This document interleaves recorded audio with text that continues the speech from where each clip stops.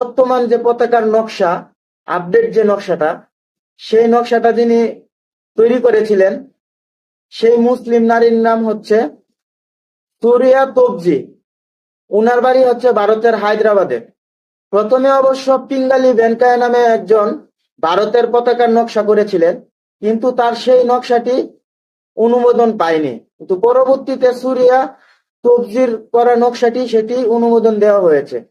কিন্তু ভারতের ইতিহাসে সুরিয়া তোপজিকে খুব নীরবে দূরে সরিয়ে রাখা হয়েছে। পিঙ্গালি ভেঙ্কায়াকেই কিন্তু ভারতের জাতীয় পতাকার নকশাকারক হিসেবে ভারতের অধিকাংশ লোকজনই জানে। এবং তারপর ভারত তাদের স্যাটেলাইট নিয়ে অনেক গর্ব করে, তাদের নিউক্লিয়ার ওয়েপন নিয়ে অনেক গর্ব করে। এই নিউক্লিয়ার ওয়েপন ভারতে কে আবিষ্কার করেছে এটা মোটামুটি অনেকেই জানে, বেশিরভাগ মানুষই জানে, এপিজে আব্দুল কালাম। এই এপিজে আব্দুল কালামই কিন্তু সর্বপ্রথম ভারতের স্যাটেলাইট লঞ্চ করেছিলেন। এবং বর্তমান বিশ্বের সিচুয়েশন অনুযায়ী ভারত যে দুইটা বিষয় নিয়ে খুব বেশি গর্ব করে, স্যাটেলাইট এবং নিউক্লিয়ার ওয়েপন, এই দুইটাই একজন মুসলিম নাগরিকের মাধ্যমে তারা পেয়েছে। আর তারা যে তাদের স্বাধীনতা যুদ্ধ নিয়ে তথা ব্রিটিশ বিরোধী আন্দোলন নিয়ে গর্ব করেন, সে আন্দোলন প্রথম শুরু করেন কে সেটা কি জানেন?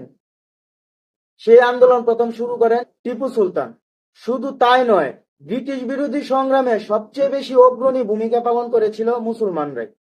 এবং টিপু সুলতানের মতোই বীর শহীদ তিতুমির, হাজী শরীয়তুল্লাহ, ওনারা কিন্তু ব্রিটিশ বিরোধী আন্দোলনে সবচেয়ে বেশি ভূমিকা পালন করেছেন।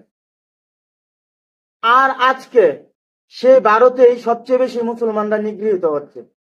শুধু তাই নয়, সারা বিশ্বের মধ্যে গাজার পর সবচেয়ে মুসলিম নির্যাতন হয় ভারতেই।